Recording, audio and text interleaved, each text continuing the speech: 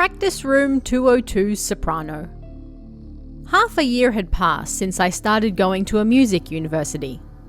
It was autumn, and one day I booked the practice room for 4 o'clock so I could get ready for my private vocal lesson the next day.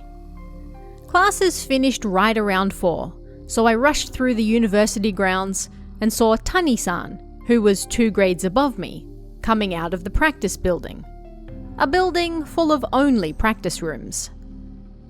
Tani-san also came from the countryside and was specializing in vocals, so we were in the same school dorms.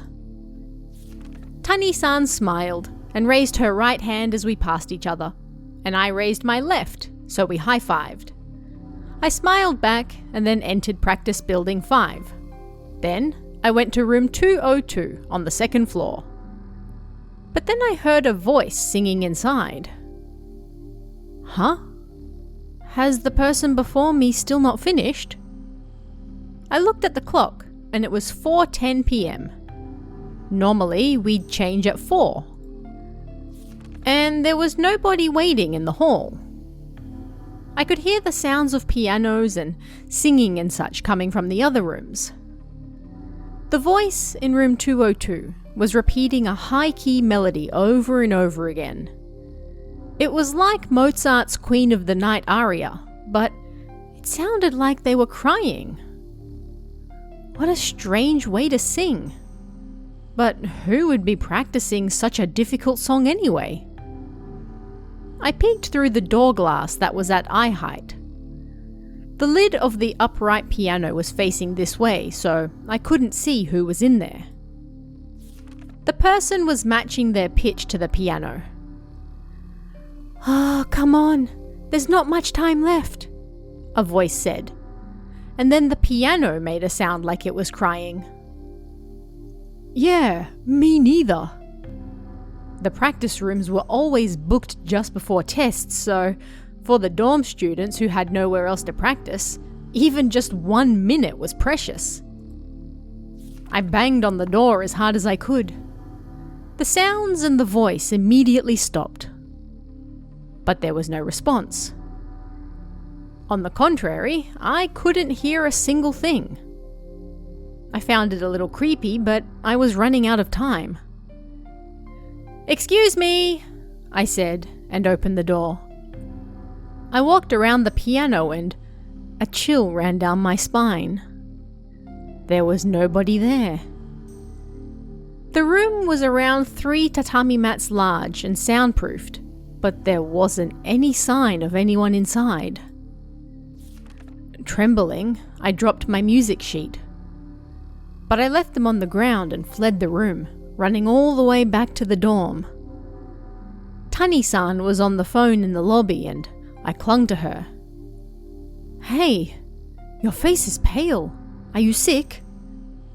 "Oh, did you maybe?" she said, and then her face went pale too. "You haven't heard yet, have you?" she said. Then she told me about the ghost story connected to the practice room.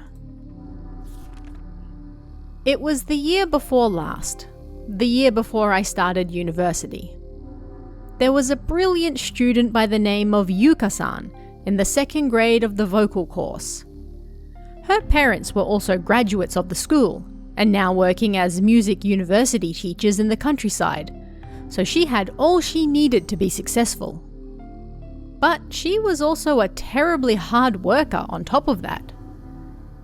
Everyone was jealous of her, and one day, not even a few weeks after the summer holidays had ended, she jumped from the roof of the practice building and died. Up until that point, she had been practicing Mozart's Queen of the Night aria every single day. "I can't do it! I can't do it!" She practiced so much, it almost destroyed her throat. Hey, every autumn we have a school concert, right? That year, the plan was to perform Mozart's Magic Flute. Yuka-san was practicing so she could audition for the Queen of the Night part. In the past, her mother had performed that same role. So, during the summer holidays, she went home, so she was no doubt under great pressure. But after she died, sometimes people heard a voice coming from the practice rooms. That's right, the voice you heard was Yuka-san's, and when she said there wasn't much time left, she was talking about the auditions for the concert. But when we told the teachers about it, they didn't believe us.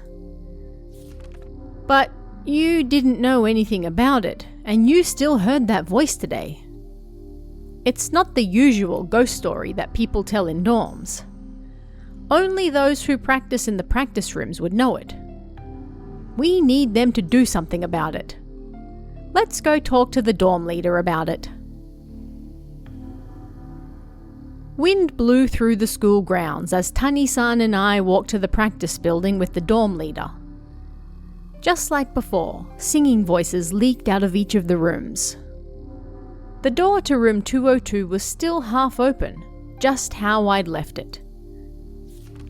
We went in, and my music notes were still on the floor too. The dorm leader picked them up. "Hey, take care of these." He smiled and handed them to me.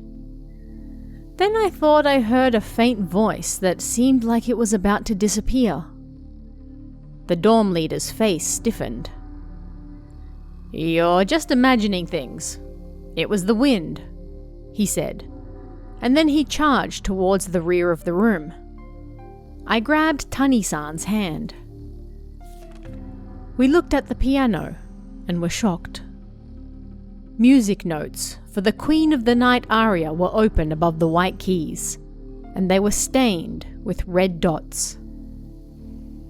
After that, they had a nearby priest visit the room, and we never heard Yuka-san's voice again.